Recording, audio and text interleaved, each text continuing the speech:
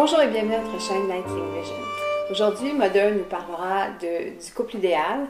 Donc, dans la première partie, Modern nous a expliqué que souvent, ou la plupart du temps, on répète le même modèle que l'on a vu chez nos parents, donc inconsciemment ou consciemment, je crois.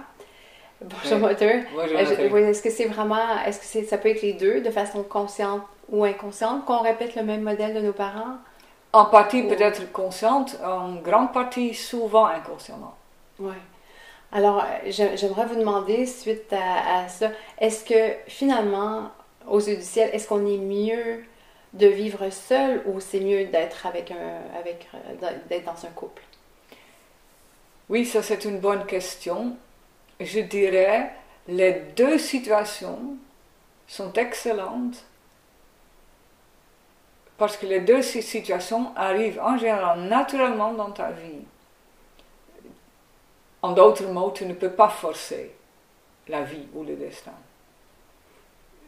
Soit tu es en couple, soit tu ne l'es pas. Pour combien de temps tu l'es, pour combien de temps tu ne l'es pas, tu n'as que très peu de prise là-dessus.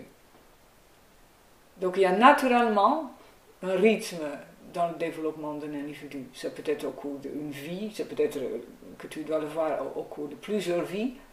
Il y a des personnes qui ont toute une vie de célibataire et la prochaine vie ils se remarient. D'autres, pendant une vie, ils ont 4 ou 5 mariages. Il y a des personnes qui vivent 10-15 ans seules et de nouveau rencontrent un partenaire après avoir été mariés déjà auparavant. Il y a toutes les cas de figure possibles. Maintenant la question, est-ce que c'est mieux d'être seul ou pas seul? Je dirais, ce sont deux types d'expériences différentes, j'en ai déjà parlé dans une autre vidéo. Et il y a une chose qui est encore plus curieuse, hein? Tu vas voir que seul ou avec quelqu'un, et là il faut bien me comprendre, au fond, il y a quelque chose qui est exactement le même.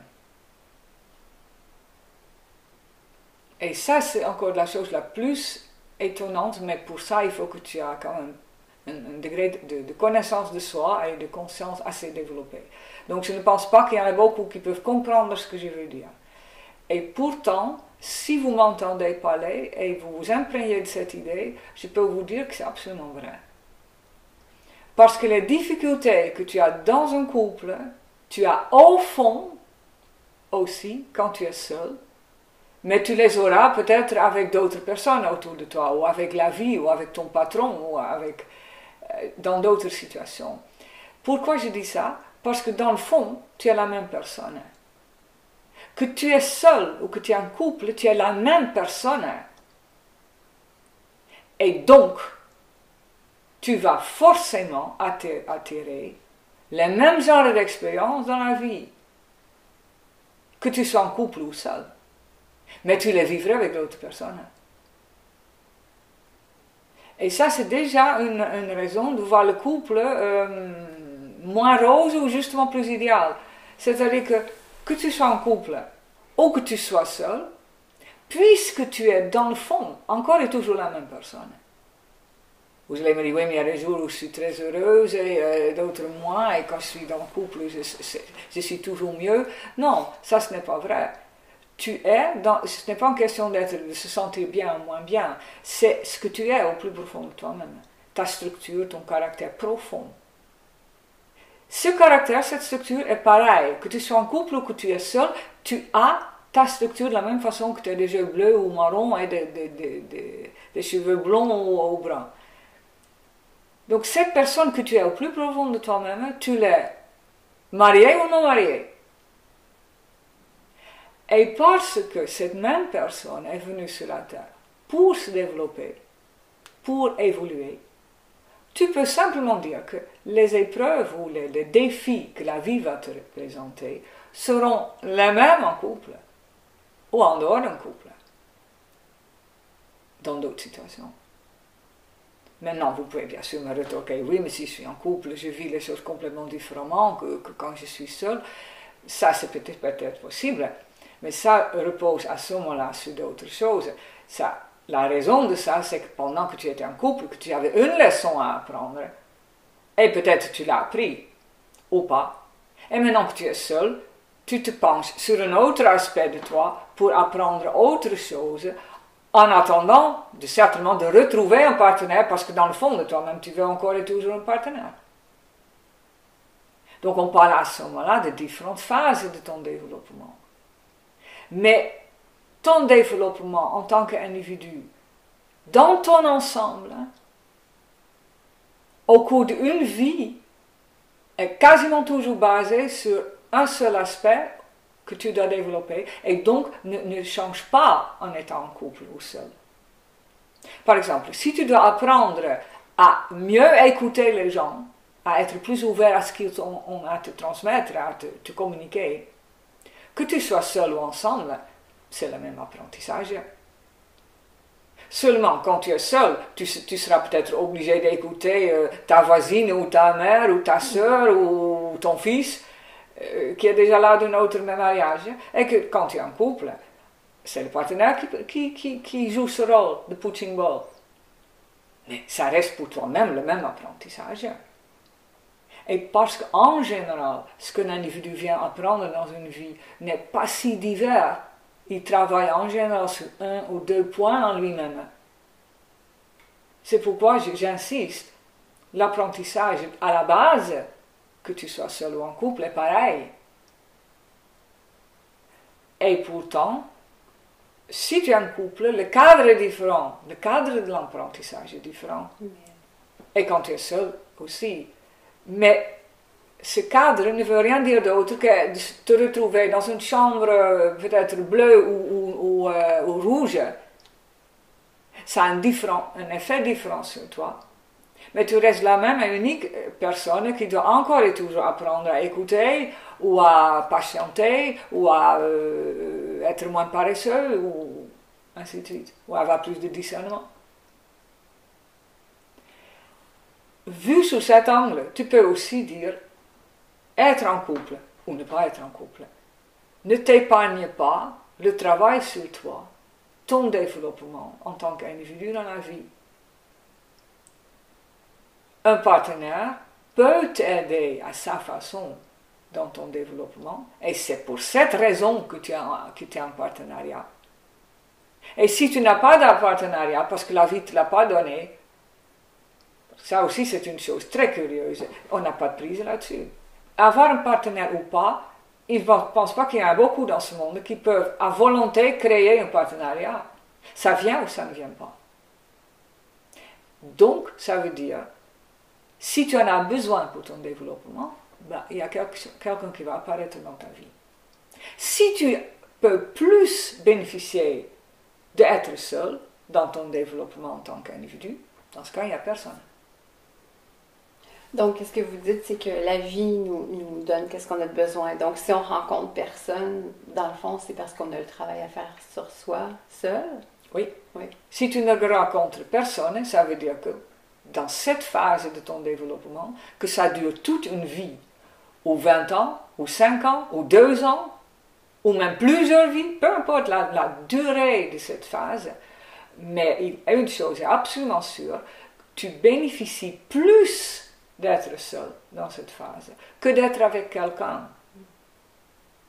C'est pourquoi je ne forcerai pas ces choses, et d'ailleurs tu ne peux pas forcer ces choses. Je ne pense pas que tu as beaucoup de chance en te forçant dans un couple. Il y en a qui le font, mais qui se marient presque de force, mais ça ne donnera rien d'heureux, et tu vas la plupart du temps voir deux individus qui sont tous seuls dans le mariage.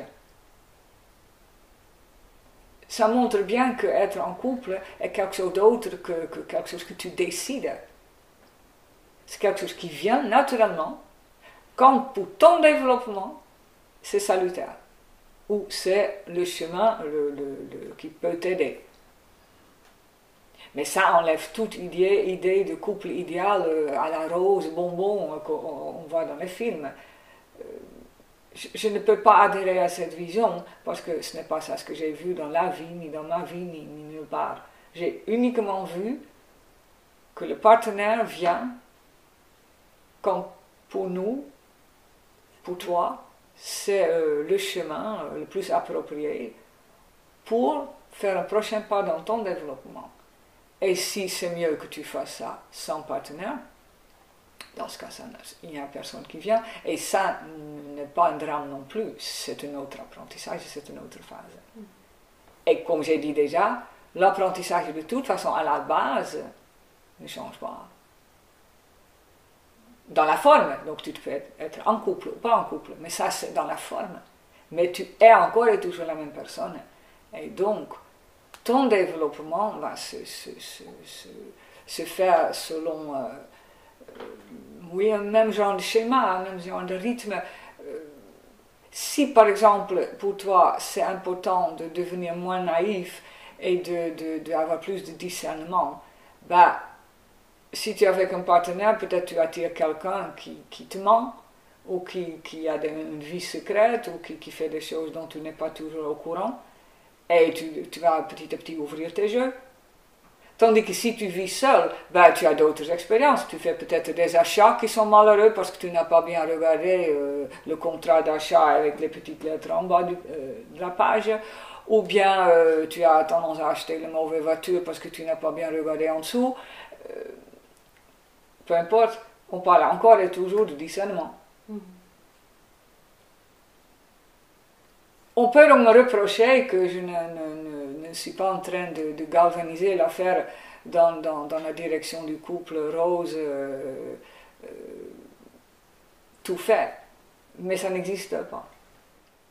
Malgré tout, on peut dire que ça existe, mais ça dépend de nous-mêmes. Donc si ton couple peut petit à petit devenir idéal, dépend, et ça j'ai dit déjà dans la première vidéo, de ce que tu fais toi-même avec cette situation, avec ce couple, et si tu apprends toi-même, graduellement, ce que tu as à apprendre là-dedans.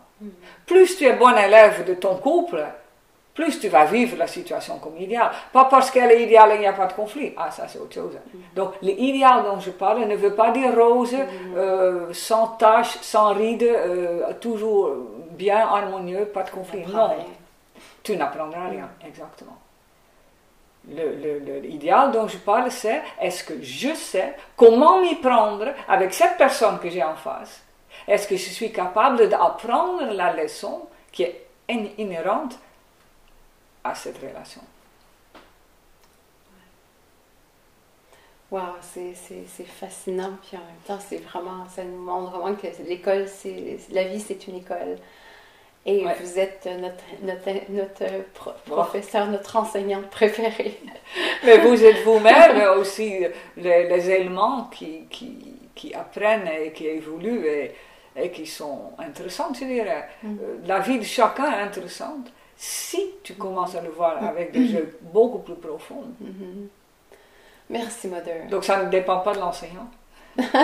Non, mais ça aide de se faire diriger puis de se faire rappeler parce que comme vous avez dit, on est inconscient la plupart du temps. Bon, moi je suis la première à dire que j'étais inconsciente de plein de choses, puis merci à vous. Je commence à voir un peu plus clair. Donc, n'oubliez pas de vous inscrire et pour ne pas manquer, il y aura deux prochaines émissions sur le sujet du couple idéal ou de notre approfondissement et cette merveilleuse école de la vie avec notre guide Mother. Donc, on vous revoit très bientôt. À la prochaine. Kept in heaven's energies, an angel comes and takes us up to a land of light. Each night when we go to sleep, we're leaving earthly reality. We're stepping out of our clothes of dust in dresses bright. Silent night, starry sky, the moon shines, where am I? Silent night, peaceful dreams, carried over on silvery beams. Silent night, starry sky, the moon shines, where am I?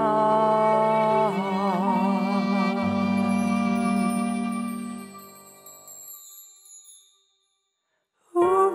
remembers what he's been told up in heaven's paradise, where he is taught with loving care about wrong and right. Who remembers what he's been told by spirits so pure and wise? They protect us with true devotion all through the night.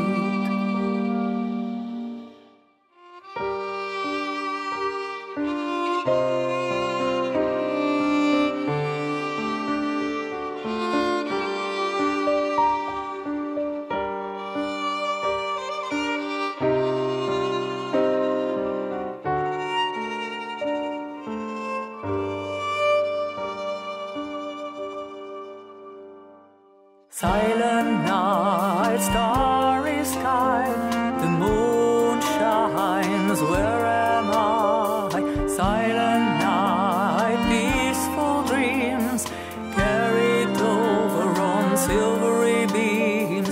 Silent night, starry sky, the moon shines, where am I?